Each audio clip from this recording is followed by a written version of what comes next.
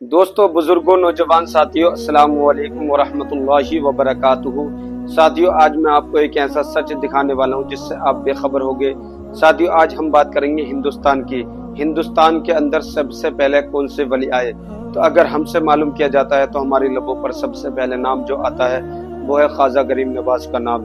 ساتھیوں، پر ایسا نہیں ہے۔ ان سے پہلے کون سے ولی آئے تو آج کی ویڈیو میں آپ کو دکھاؤں گا وہ کتنے سال پہلے آئے اور انہوں نے اسلام کے لیے کیا کیا۔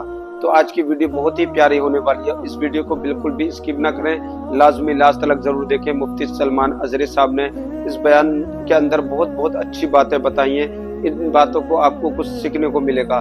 جب آپ یہ بیان سنو گے تو آپ کو کچھ سمجھ میں آئے گا اور یہ بھی پتہ چل جائے گا آپ کو کہ ہندوستان کے اندر سب سے پہلے ولی کون سے آئے اور ان کا نام کیا تھا۔ تو آئیے چلتے ہیں ویڈیو کے اندر، دیکھتے ہیں ویڈیو میں۔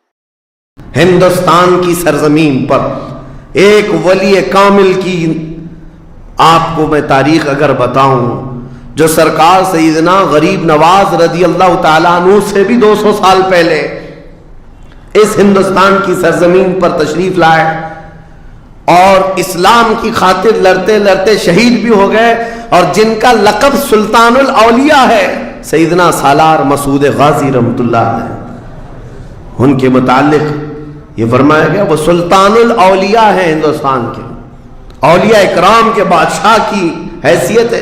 سرکار غریب نواز سے بھی پہلے آئے، لیکن ان کی عمر ان کی شہادت کے وقت 19 سال کی تھی۔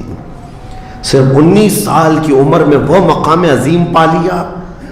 ہماری تو زندگی کی عمریں پتہ نہیں کتنی چلی گئیں اور ہم میں سے کوئی کارنامہ نہ ہو سکا، کارنامہ نہ صحیح زندگی گزارنے کا سلیقہ بھی نہیں آ سکا۔ کارنامے نہ ہو تو الگ بات ہے، لیکن مسلمان تو بن جاتا کوئی۔ عزیزان گرامی وقار، میں آپ کو ایک بات بتا دوں، جو زندگی ملی ہے کچھ ایسا کر جاؤ کہ تمہاری تاریخ رقم ہو جائے، ورنہ قبرستان جا کر کے دیکھنا، وہاں تو لکھے ہوئے کتبے بھی مٹ گئے، قبروں میں کون سویا ہے ان کو بھی لوگ فراموش کر چکے، بھول گئے، سب بھول گئے۔ لیکن کچھ ہستیاں ہیں جو ہمیشہ آباد رہتی ہیں۔ یہ وہ لوگ ہیں جنہوں نے اس روئے زمین پر اپنی ذات کے لیے نہیں، اللہ کی رضا کے لیے جیا کرتے تھے، اللہ کی رضا کے لیے جیا کرتے۔ آج میں یہ بات کہنا چاہتا ہوں نوجوانوں سے، تمہیں پتہ ہے ممبئی کی سرزمین پر لاکھوں نوجوانوں کی تعداد ہے، میں جانتا ہوں، لیکن ان میں سے کوئی انقلابی نوجوان ہو، کوئی دین کی طرف بڑھنے والا، حساس دل رکھنے والا کیوں نہیں؟ خاص طور پر آپ کے ان علاقوں میں تو نشہ اتنا عام کر دیا گیا ہے۔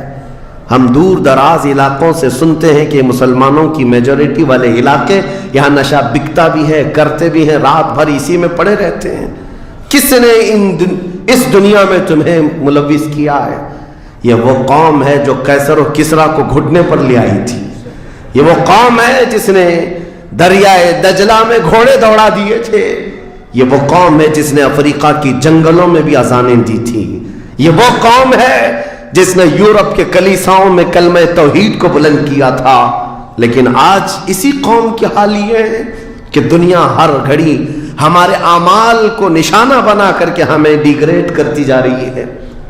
سمجھ جاؤ میرے عزیزو، کب تک اس زندگی کا اس طرح سے چلے گا؟ کیونکہ میرے آقا صلی اللہ تعالیٰ علیہ وسلم کو آج آپ کے سامنے میں یہ بات رکھتا ہوں، حضور اکرم صلی اللہ تعالیٰ علیہ وسلم کو آپ کیا سمجھتے ہیں؟ اپنی قبر انور میں وہ زندہ ہیں؟ ہم تو سنی ہیں۔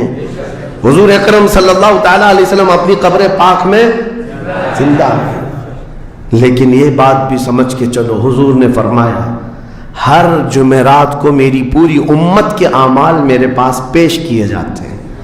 تم میں سے، ہم میں سے، سب کے اعمال ہر جمعرات کو حضور کے پاس فرشتے سناتے ہیں، فلاں بن فلاں نے ہفتہ بھر یہ کام کیا ہے۔ حضور فرماتے ہیں اگر برے اعمال پیش ہوتے ہیں تو مجھے غم ہوتا ہے، میں استغفار کرتا ہوں اللہ کی بارگاہ میں، اور اچھے اعمال آتے ہیں تو شکر بجا لاتا ہوں، اس کے لیے دعا کرتا ہوں۔ عزیزان گرامی وقار، کبھی پلٹ کر کے زندگی میں دیکھنا کتنے جمعرات ایسی چلی گئی ہوں گی جس میں ہمارے کون سے اعمال فرشتے لے جا کر کے سنا رہے ہوں گے۔